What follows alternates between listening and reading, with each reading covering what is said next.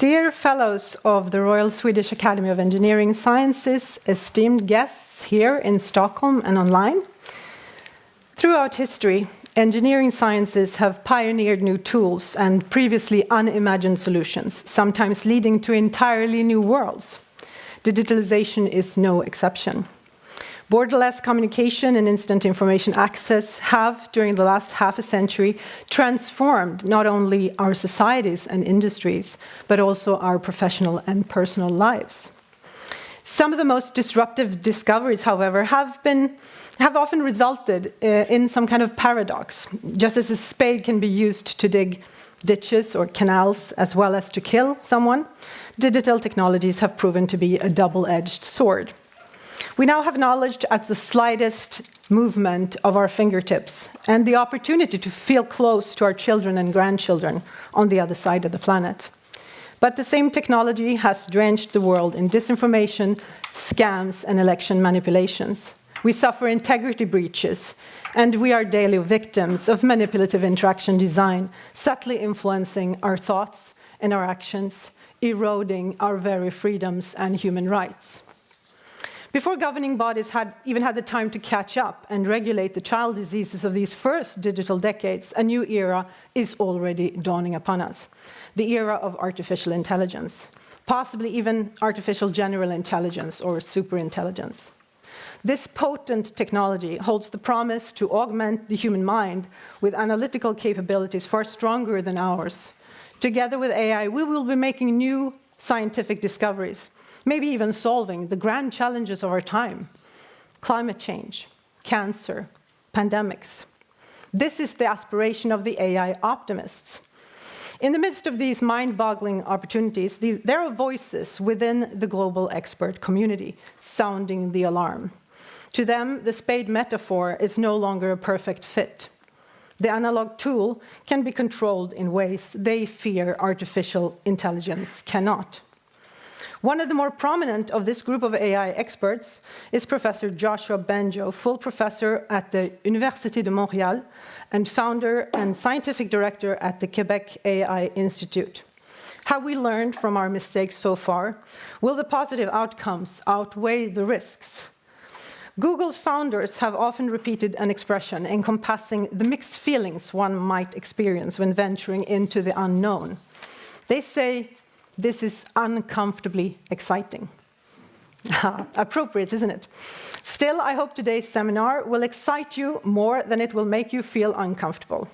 With this said, and with no further ado, please welcome our guest of honor, Joshua Bengio, with a warm hand. Thank you. Thanks for the preliminaries. And before I start, I want to say something about something you said about me, that I thought that AI cannot be controlled. Actually, I don't know if it can be controlled. I mean, AI in the future, right now, it can be controlled. AI that could be smarter than us. It's an open question, scientifically speaking. And we have to bite the bullet that it could be one way or the other and think through what that means. So on that, let me share my screen. So my title, AGI-driven loss of democratic control. What it means is we are on a train towards AGI, machines that achieve human competence across many tasks, maybe across the board, and eventually superhuman competence in many areas as well. And so what does that, what are the good things and bad things that could happen? Mostly we're going to talk about the potentially bad scenarios because these are the ones we need to collectively do something about.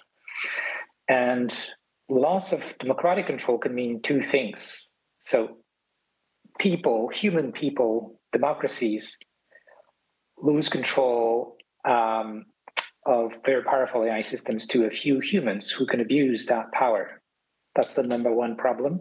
And the number two problem is we lose control to AI itself and potentially endanger humanity. So there are many other risks that researchers, scholars, and public policy figures are concerned about. But mostly today, I'll be focusing on these extreme risks that become really serious when we reach or surpass human level intelligence, AGI. Okay, so why should we even think that we could get to human level? Well, scientifically, it's sometimes hard to accept, but we are biological machines. Our brains are biological machines. Unless you think there is something magical going on, most scientists don't think so. That means there's no reason to think that one day, at least, we couldn't build machines that are at least as smart as us, and potentially smarter. We don't know what the upper limit of intelligence. It's very unlikely that human intelligence is the maximum that can be achieved. The other thing that I'll give you some evidence for is that we're making progress towards that. There are advances that get us closer to AGI, and I think it's time to think about what would that mean, both on the positive and the negatives. Of course, the people who are investing trillions of dollars on AI these days are mostly thinking about the promises, but I think civil society has to think about the perils for the public in general. Here's a figure from a recent paper that we also copied in our international scientific report on the safety of advanced AI. This is a report that I'm chairing and brings together 30 countries plus the EU and UN, trying to synthesize the state of science in AI, in particular regarding risks. So what you see here is the evolution over years of AI systems, the best ones, obviously, according to about 10 benchmarks. And what you can see, of course, on all the different metrics, AI systems are getting better, but also more recently, the slope is sort of accelerating. There also, the other thing you should think about is the black line, the horizontal line, that's human level performance. So on older benchmarks, the AI has pretty much beaten humans. And more recent things that are more advanced, like math and reasoning, we're not there yet. But if you extrapolate, you might think we're just a few years ago. So that raises the question of timeline. When are we going to reach human level? There's a lot of diversity of opinion about this in the scientific community. I mean, of course, there's a trend, but maybe the advances are going to stop. Maybe we're going to hit a roadblock in the research, or maybe it's going to continue at the same rate. If you think about the jump from GPT-2 to GPT-4, which is just a couple of years, it's amazing. And if that continues for another 2-3 years, then we might reach AGI. Most people think it's going to be much more than that, including myself. But really, could be a few years, could be a few decades, could be more. But we need to think about what happens if it's just a few years, I think, so that we can avoid the disruptions. Now, on that road of trying to understand, the first thing we learn is that we don't know much. In particular, we don't know yet how to build AI that will not harm humans, as in, we're pretty sure it won't harm humans. Of course, we could just make a gamble and hope that it doesn't happen. But there are also good arguments that once you have machines that are smarter than us, if they have goals similar to ours, as in self-preservation, as I'll argue later, then we might be in trouble. Even the current systems, we don't understand very well. We don't understand how they come up to their answers. There's also evidence that they use deception sometimes, because it's not surprising humans use it too. It helps to achieve goals. There is a lot of effort, but still a small, too little, but on trying to build safety protections around current systems. The problem is they are very easily bypassed. We also have methods already to start to evaluate the risks, what's called AI evaluations, capability evaluations, but they're not very satisfactory either. They're basically spot checks. If they find a problem, then we know there is one. If they don't find a problem, we don't know if there is or if there isn't. Okay, let me talk about the distinction between AGI, which is usually understood as human level capabilities, and ASI, which is superhuman, superintelligence, artificial superintelligence. So the kind of bad news from a risk perspective is that once we get to AGI, there's a good chance that ASI is not far away. And the reason is that if we have an AI system, it doesn't need to be as good as humans on everything, just as good as the best human AI researchers, the people who are developing the next generation of AI. If we have GPT-6 that is as good as the best AI researchers, then what happens is the speed of progress in AI is going to accelerate very quickly. And the reason is that, any one of these systems, think about GPT-4, you train it, as one big network. But once it's trained, you can get 10,000, 100,000, or even 1 million instances of it. So the reason why GPT-4 can answer, millions of requests at the same time is that it can be parallelized. Right? You can have different computers running different versions of the same program, of course. And so if we have an AI that can do AI research, it's like if you had 100,000 new top AI researchers. So let's say OpenAI would go from a few hundred of these people to essentially 1 million, because also, these systems don't need to sleep. They work 24 hours, 7 days a week.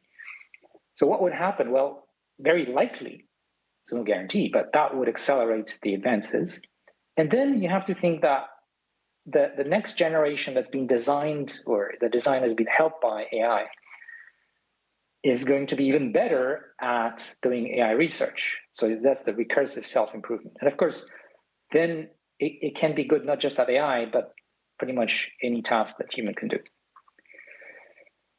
So that's one thing we need to worry about. The other thing we need to worry about is how our current societies are dealing with all this. If humanity was just one hive mind, and we would collectively decide to move ahead slowly and cautiously so that we can reap the benefits without destroying ourselves, then everything would be good. The problem is, we have millions of people, billions of people. We have different countries, different corporations, and they compete.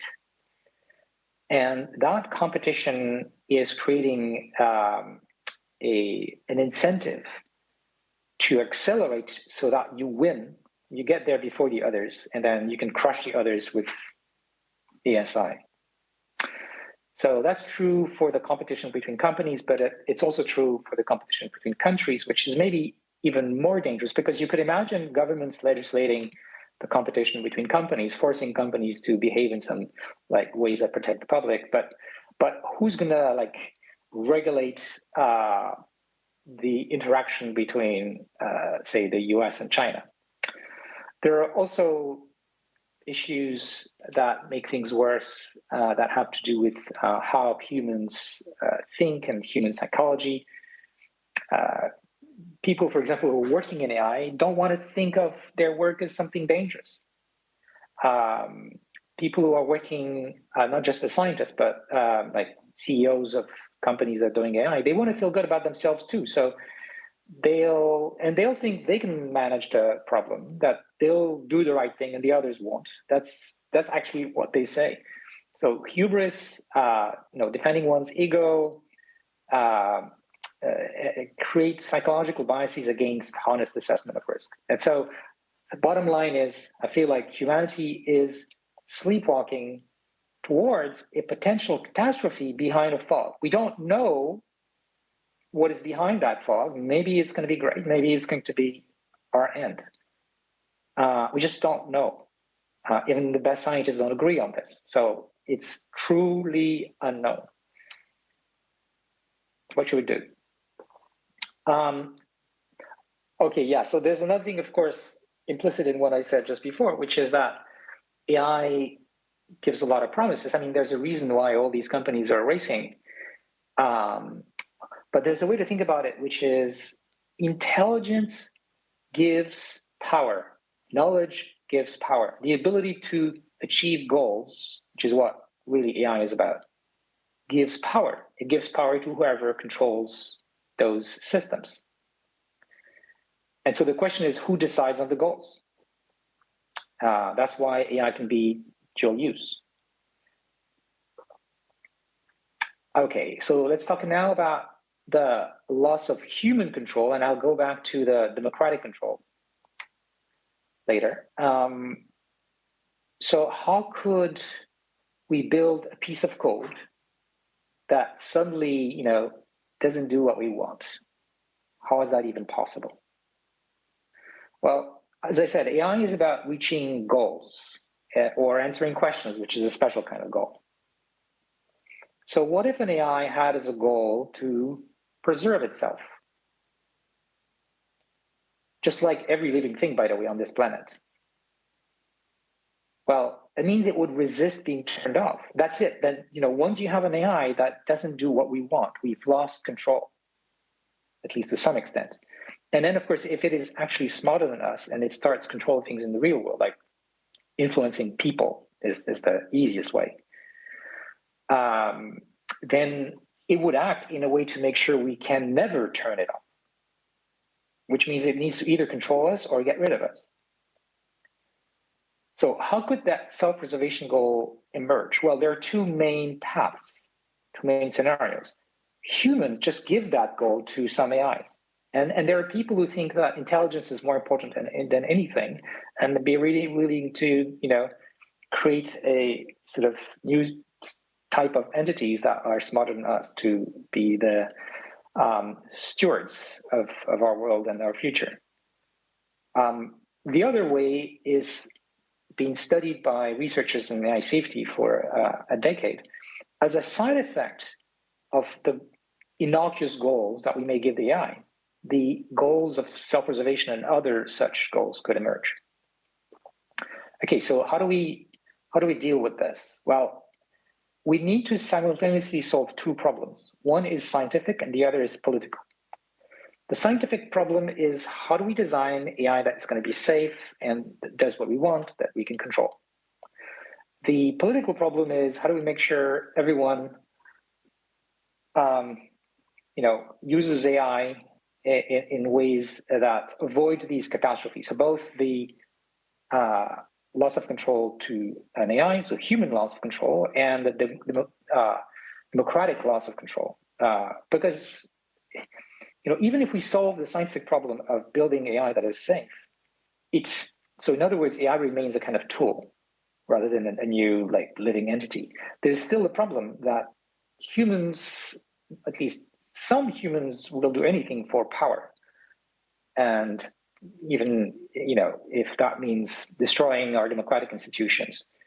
You can imagine some people in maybe in a corporation or in a government that use the superintelligence for themselves to grab more power, and maybe initially in a particular country, initially maybe in a particular company, then a particular country, and then potentially create a worldwide dictatorship.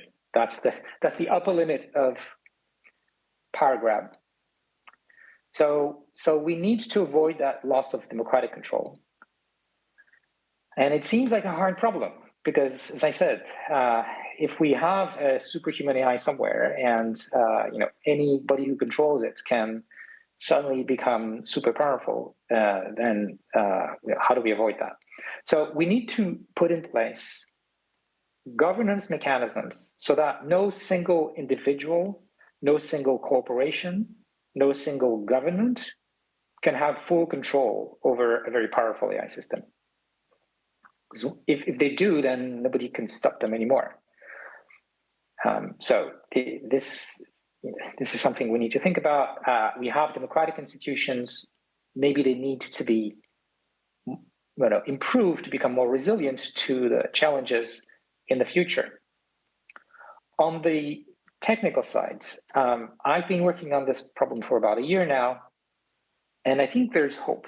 I think that we can do research that will help us design AI that will behave well with high probability. So we have a recent paper that is now on arXiv entitled, "Can a Bayesian Oracle Prevent Harm from an Agent?" Where the idea is to construct a guardrail, to use AI itself to prevent bad actions from an AI. So like a guardrail on the road, when the AI proposes to do something, like to output an answer or to act in the world, there's a version of that AI or another AI which calculates just the probability that this action could yield to harm.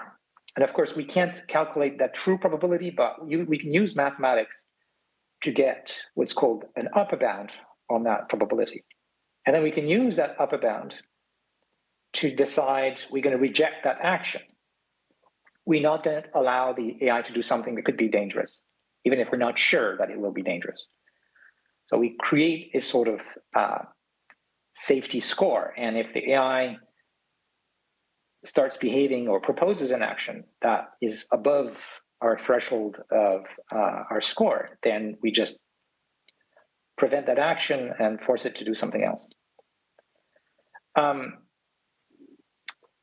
This is my last slide, because it's about the arguments against and for taking AI safety seriously. So I've listed a number of points here. They're all covered in a blog post I made about a month ago. You can find a lot of information about my thoughts regarding AI on my blog, which you'll find easily on the web. And so I've taken all of the arguments that I've heard by people who think that we should not take AI safety seriously, and I've tried to dissect them and look at the both sides of the coin. So, for example, in there you'll find a discussion of why we can't be sure that superhuman AI won't happen or that it won't happen before decades. We simply don't have evidence that's strong enough to reject the possibility that it could happen, or that it could happen, on a short timeline, like 2030 or something. I discuss, what are the arguments that are being brought up by scientists. So if there is a super intelligent AI, there's no guarantee that it will be kind to humans. Of course, we can wish that, or we could try to design it that way, but right now we don't even know how to do it. Another thing that's important in the very short term is what I mentioned earlier about the competitive behavior of corporations and countries, and why that race dynamics is almost certainly going to yield to cutting corners in safety. In fact, it's already happening. There's evidence that companies like OpenAI have been cutting corners. There's a discussion about why controlling a superhuman AI may be challenging, scientifically speaking.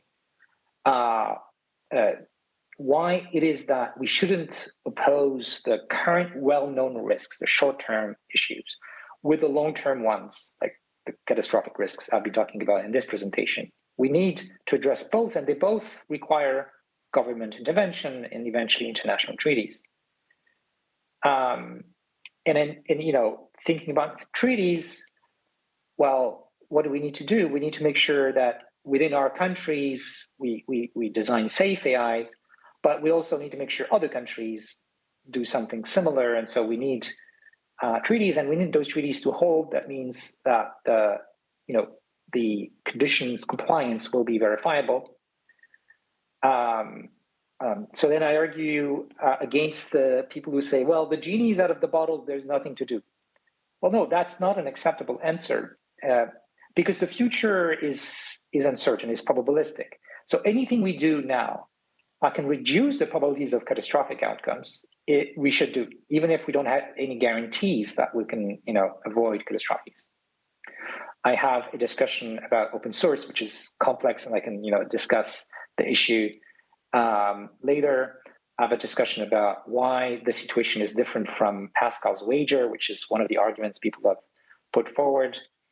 And also responding to a recent paper, why we need to act, even though we don't have like quantification of the risks that is objective, like we may have to some extent for climate. We don't have computer models of how AI science would evolve, for example, and that would be required to predict the probabilities of different risk scenarios. All right, I'll stop here. I just mentioned that I've started a project to build this like technical safety guarantees. And if you know people who might be interested, just reach out to me. Thank you so much.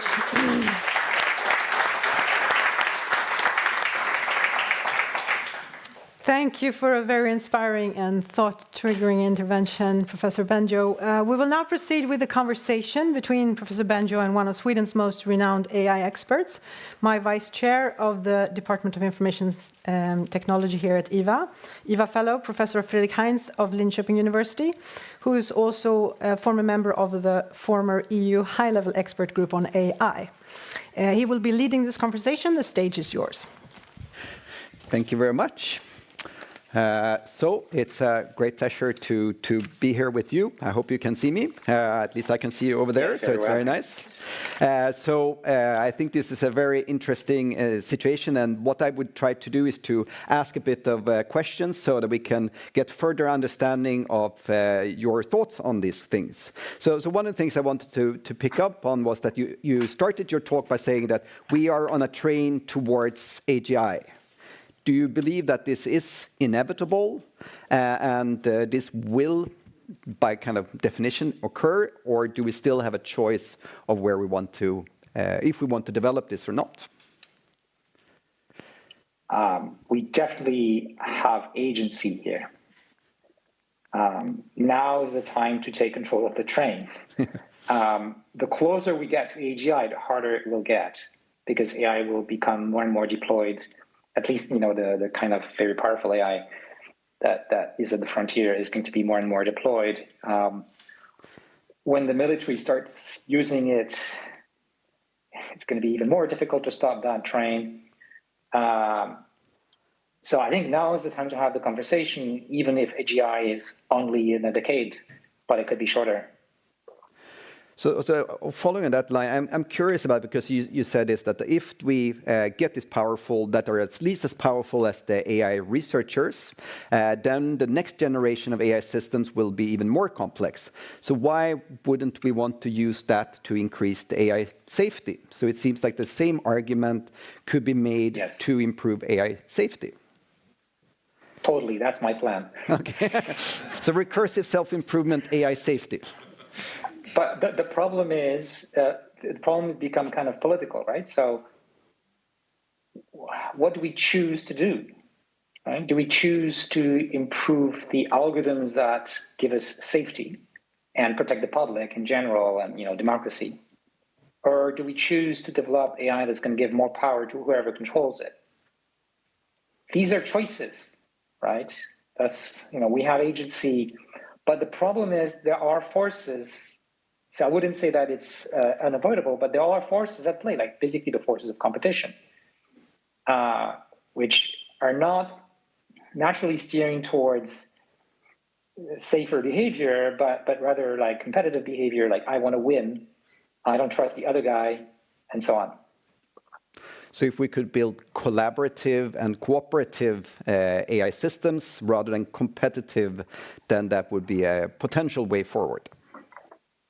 Yes. So one of the things I've written about, I have a paper in the Journal of Democracy that came out about a year ago.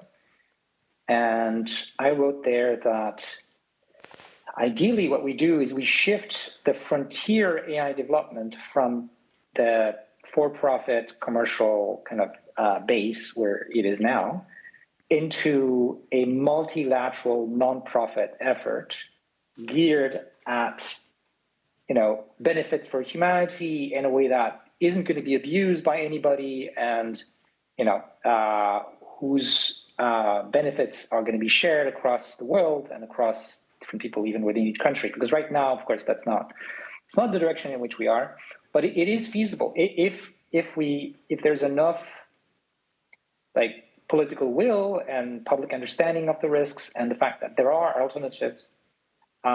It's something that we could do.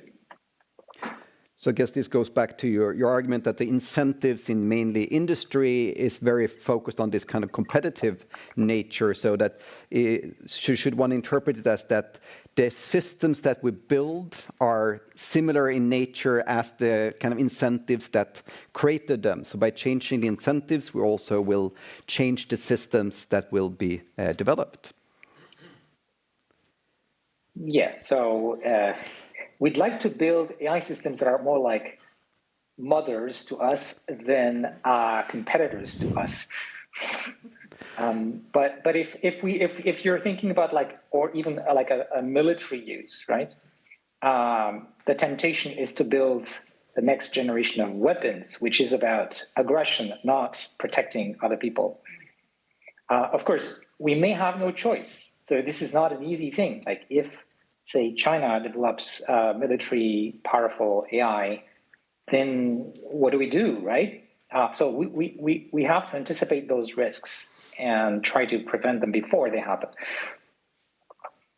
So one, approach that been arguing that if we look at how human society works, individual humans, when we start out many years ago, basically the person with the biggest stick would win the fight.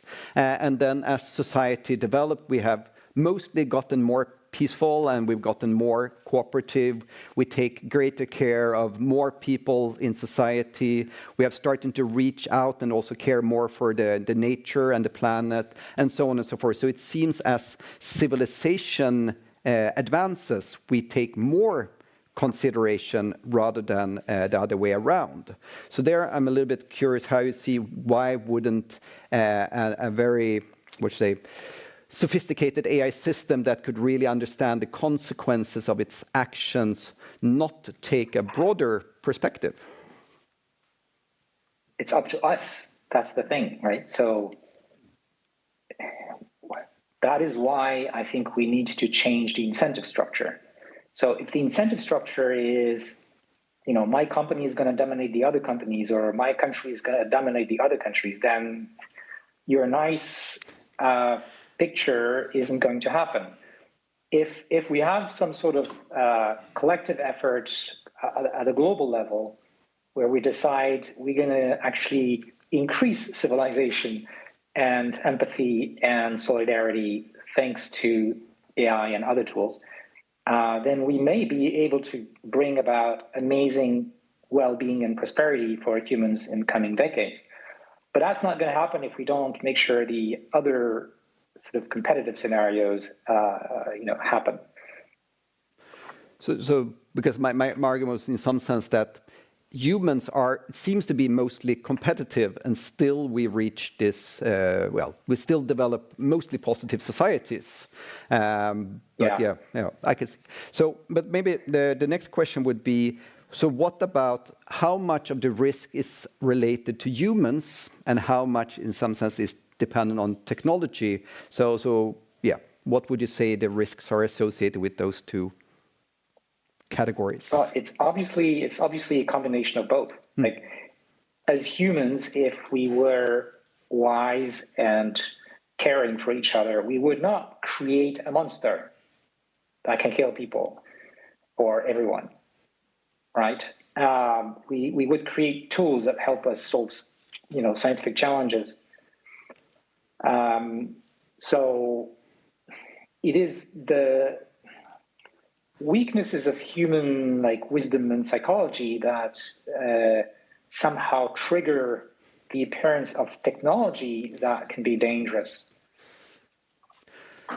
And then we lose control and it's not in our hands anymore. At least that's a possible scenario. And so then it's the technology that is dangerous. So of course, argue that AI safety is very important, and I think most people would agree with that, but it seems still to be a difference in what people argue is required to achieve or what they kind of include in AI safety. So, I mean, the organizations saying, oh, yes, of course, we take AI safety very seriously, but still are working towards this. So what are some of the things that either people or organizations that claim to kind of work towards AI safety fail to do? So they are on the kind of surface, they are trying to work towards this, but still it's not enough. What would you say are some of the common mistakes or common things that people fail to take seriously enough? Yeah, there's a new term, safety washing. Yes. But I would argue it's not even that it's kind of by design that people are just, I mean, personally, I would say I would really try to build safe systems, but of course that may not be enough. I might not be well informed enough, or I might not put enough resources into it. So absolutely. I think that there are people who are sincere and think that they're doing the right thing. Exactly.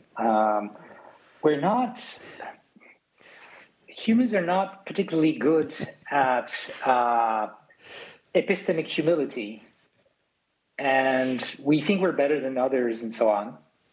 And so we end up with those situations where, imagine simply the CEO of an AI company thinking, just being, there's a spectrum of beliefs about the AI risks. And let's say that person happens to be on the extreme, like, Jan LeCun, for example, who thinks that we shouldn't worry. Well, then that person is going to build things, and maybe they're right, and all is going to be good, or maybe we're all going to, be in trouble. And so, and everything in between, of course. The problem is that a lot of decision power is in the hands of individuals who could be anywhere on that spectrum. So that's part of the problem. And then, of course, there are the incentives. I think that's the even greater problem. So long as we don't fix the incentives, we're just going to continue racing towards building dangerous things. There's an analogy that's interesting. It's not exactly the same, but think about designing viruses that could kill everyone.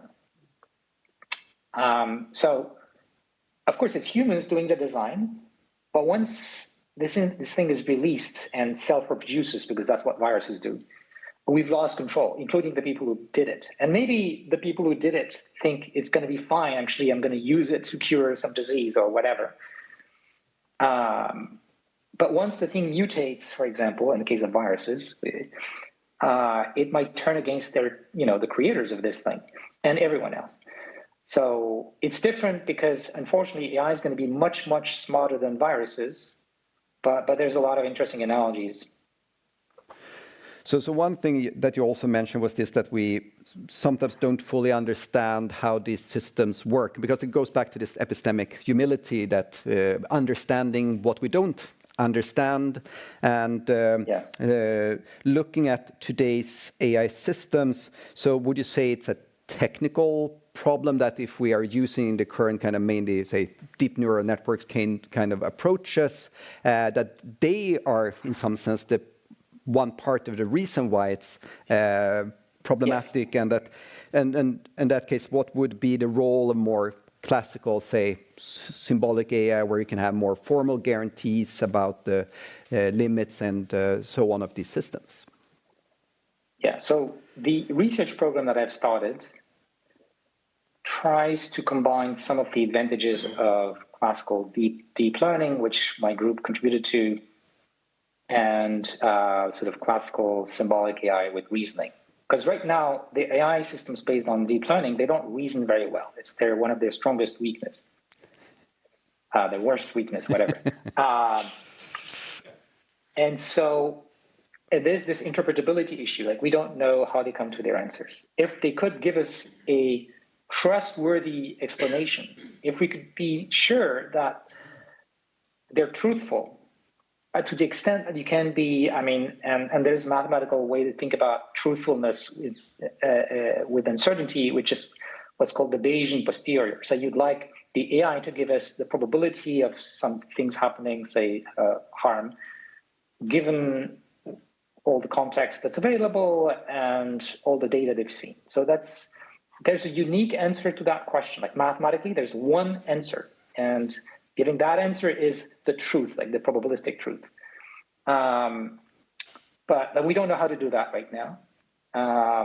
What I think gives me hope is that instead of making the neural net do the reasoning inside in a way that we can't decipher, we can make the neural net generate in its output the reasoning stream, the arguments. And those arguments can then be checked by simple AI or by humans, or even like simple piece of code that just verifies that the arguments are logical and consistent. And so that would combine the advantages of deep learning. You should think of deep learning like human brains. Like we come up with answers to questions just out of the blue. It's just like our intuition. And sometimes they're good, sometimes they're not. And if I give you not just an answer to your question, but also an argument, and you can check the argument makes sense.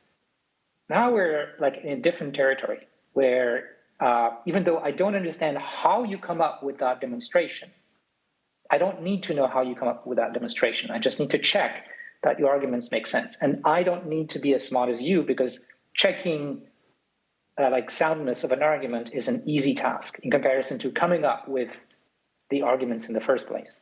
I don't know if that makes sense. It sounds a little bit like NP-hard problems, where, I mean, computing the answer is exponential, but when checking the particular answer, verifying that it actually solves a problem is polynomial. But then it seems that there should be a class of problems which could then be characterized in this way, and probably there would be questions that you could ask that would be outside the realm of what could be addressed in this particular way. That's possible, but we could make the choice to limit ourselves to actions or proposals from the AI that can be checked for reasonably checked at least for truthfulness. And the other thing we can do is train the AI so that by construction, the more you train it, the more truthful it gets, which is not how we train them now. But I think it is plausible that we could figure this out in terms of like computer science, machine learning technology. So taking a step backwards, I mean, one of the things that I find interesting is this concept of agency. And I would argue that today's AI systems lack agency. I mean, from your perspective... It depends which ones. What do you mean, which systems or which... Yes. So like the AlphaGo is actually an agent, but in a very limited environment with a very limited set of pieces of knowledge. That's the rules of Go. But GPT-4 isn't really an agent. You can try to turn it into an agent, but it's not a very good one. Because they seem to lack this kind of, I mean, you talked about this, self-preservation and so on, that they seem to have very limited notions of anything outside themselves and the particular problem that they're designed to solve. And so it seems to me that it's still some way to go before they have some more deeper form or more significant form of agency. Well, that's one of the problems that the companies are working hard at, because you can imagine how much money this will be worth. One way to think about this is like this. We have two kinds of AI systems. We have AI systems like AlphaGo that are incredibly good agents, but in a very simple world, where like the rules of Go, and they are superhuman at agency there. And then we have systems like GPT-4 that are incredibly knowledgeable. They know more stuff than any human, and they master language, of course. But it's like they don't have this ability to reason and plan, because planning is like a special kind of reasoning. They don't have this ability to plan with those pieces of knowledge to achieve goals. At least that ability exists, but for now it's very weak. So it's like we have two pieces of the sort of science, and for now people haven't found a way to like have both agency and knowledge. But I can tell you, there's a lot of people in companies working on this. So I know our time is running short here, but I'm also a little bit curious about the role of legislation in all of this, because we see now several countries around the world trying to find ways through legislation to reduce the risks. So what's your take there? Are the legislative approaches on the right way? I hope so. So here are two things. Well, first of all, I must say that I've been a witness to incredibly powerful lobbying efforts from mostly a fringe set of people, but who have a lot of power, VCs and other investors in big tech, most of them, not all of them, opposing any legislation. The EU AI Act almost didn't happen. It's just kind of a chance of the negotiation between Germany and France that somehow it ended up working. And it's still, I would say, still at risk of being watered down to the point where it's useless. I've been involved in the discussions around the California Senate Bill 1047, and it's amazing, how much lobbying power came out against this, and the legislature like voted massively in favor. The citizens are like 70% in favor. The tech workers are like over 70% in favor. But there's a good chance the governor will veto because he's under pressure. And he's not an expert, but there are people putting pressure on him, and we don't know what's going to happen. So you can see that there's a battle ongoing. Now, let me talk about what do we want from legislation and AI regulation as far as these catastrophic, because there's a whole spectrum of risks, right? But as far as I guess a lot of the risks. So one of the things, two of the things that I think need to come out of a regulatory system is transparency and incentives. Okay, so let me go into each of them. So transparency is essential. Right now, these companies do whatever they want behind closed doors, and unless there's a whistleblower, we might not know. So we need to increase whistleblower protection. This is a thing that the California bill is doing. And we need to force the companies to render public what are their safety plans. And then if there are some commercial secrets, maybe it's not accessible to everyone, but some authority in California, it's the Attorney General, can still read the redacted parts. So the companies need to say what they're going to be doing in order to protect the public of all the risks, and then what are the results of those tests, so that we can check that they are actually doing what they said they would do.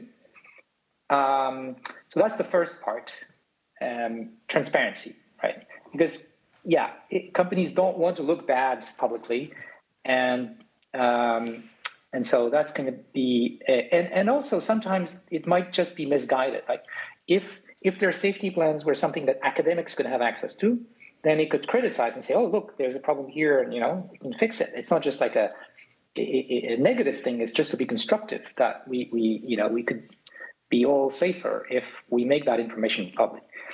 By the way, that includes declaring accidents, which companies usually don't want to do, but it should be forced, and the EU AI Act is going to force them to do that as well.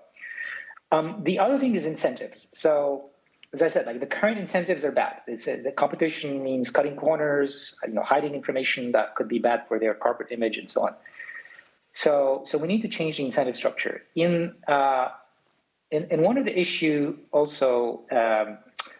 One of the big arguments against legislation is, but regulation is going to hurt innovation, progress, blah, blah, blah. And we don't know how to regulate because we don't understand enough of AI safety. Like, what are the tests that they should be doing, and so on.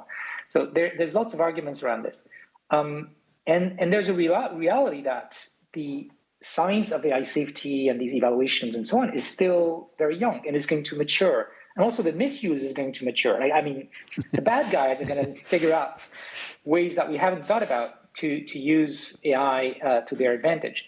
So we need regulation to be very, very flexible.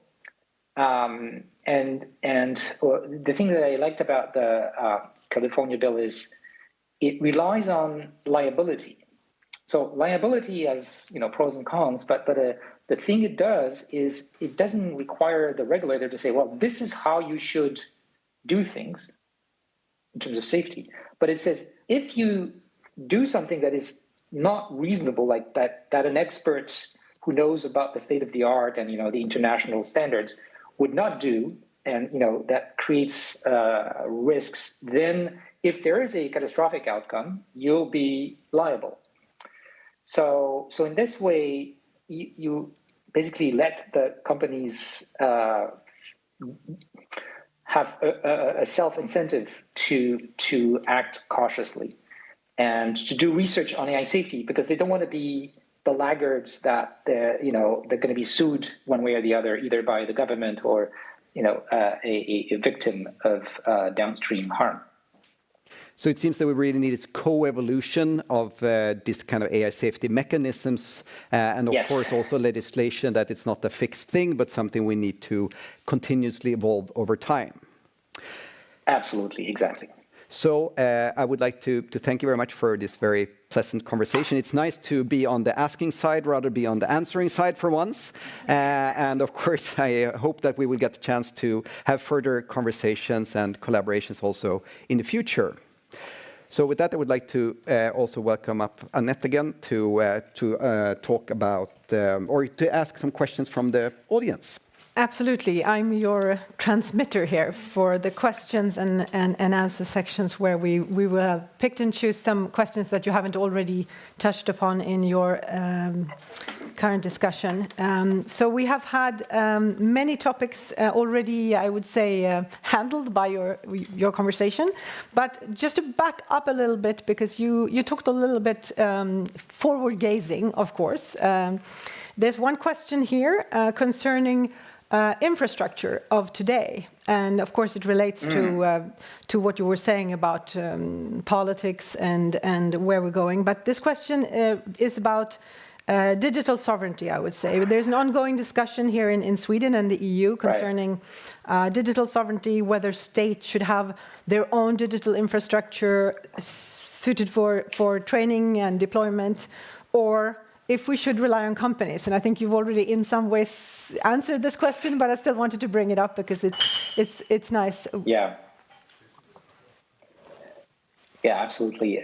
Let me give a bit of background before I answer about what I foresee as an unescapable trend, which is as governments realize the power that future AI systems will have, they will want to have more control over that. Right? And regulation is just the first step. There are some people who think eventually they will nationalize all these AI efforts. And I don't know what is the right answer, but it's a plausible direction. Because you don't, as a government, which is, in the democracy represents the people, you don't want to have entities that are like more powerful than you running around without any kind of control. In my Journal of Democracy article, I talk about changing the rules of these companies so that they have a board which isn't just for profit, but includes representatives of government, civil society, and so on. Okay, so in that shift towards the public having more control or more say and more visibility over these AI systems, it's obvious that it means that somehow the public is going to have to build up its own infrastructure, which could be done in collaboration with those companies. I've seen plans, for example, of public-private partnerships between the U.S. government and the leading AI companies in the U.S. So it doesn't have to be like either or. It could be something that, they work together. So, for example, even the electricity infrastructure that's going to be needed for AI in 5 years from now, if we continue on the current trend, is going to be huge. It's going to be something that governments can't just ignore, because, for example, it might have sustainability issues in terms of carbon footprint. It might involve geopolitical, issues. Like, do we put these systems? So there was a proposal by OpenAI to build one of these things in, Saudi Arabia, because there's a lot of energy there. Okay, so you see that there's a lot of geopolitics here about deciding how we're going to build the systems of the future, and all the international politics that go around that. And so, yes, I think governments should become major players into this, and with the advantage that we can have academics or nonprofit organizations involved in those efforts, steering the incentives towards something that's more aligned with the public good, and reducing the pressure from the competitive, forces that currently are the only ones driving it. Thank you. And you come back to the theme of the public and the public good, and you mentioned in the beginning also civil society's role in this.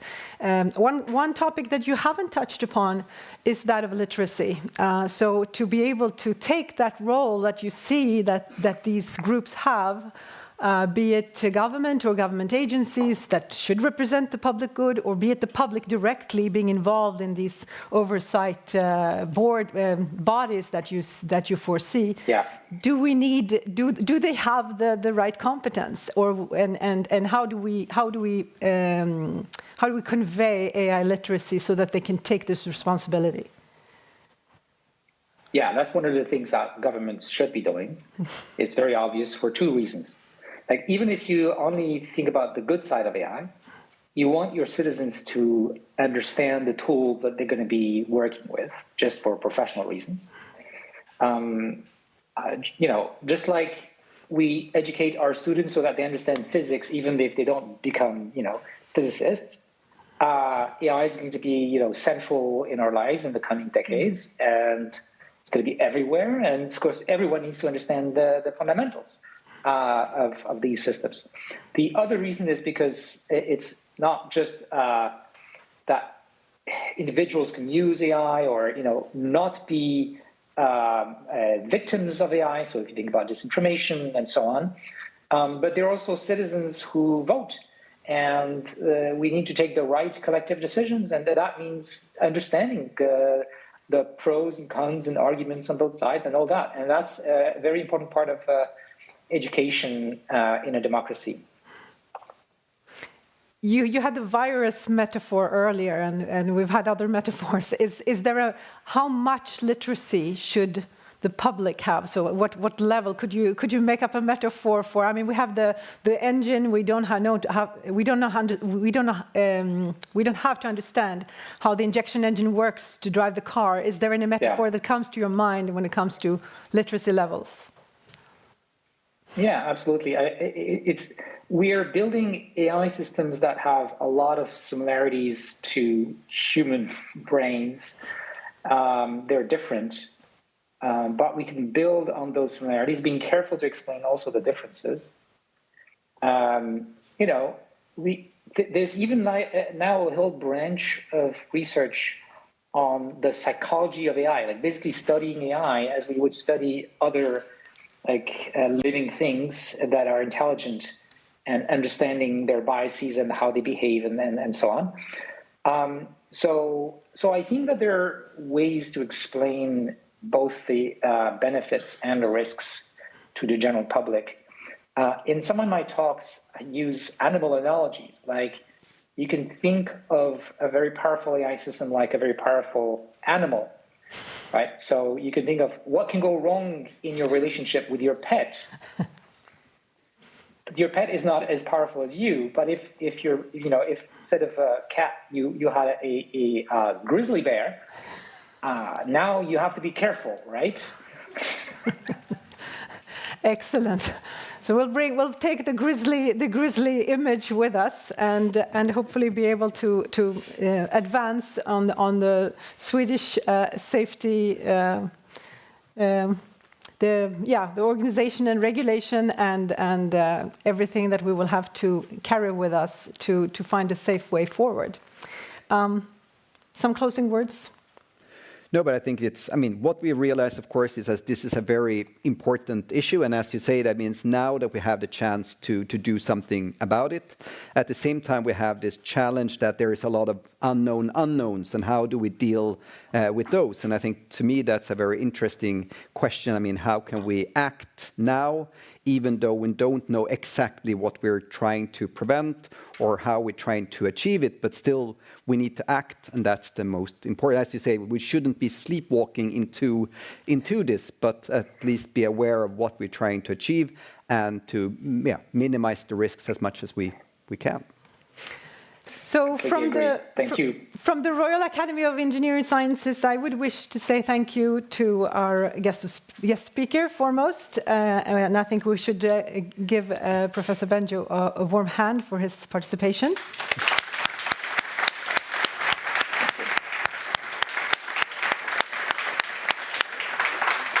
And if I'm correctly informed, we hear that you have several ongoing collaborations with different Swedish stakeholders, so we hope that the next time we will be able to welcome you here in Sweden, so we are able to show some real hospitality. Thank you. Thank you. And I also would like to say thank you to our division secretary, Linda Olsson, and the rest of the team here at IVA for preparing this event. So I think we should also give them a hand.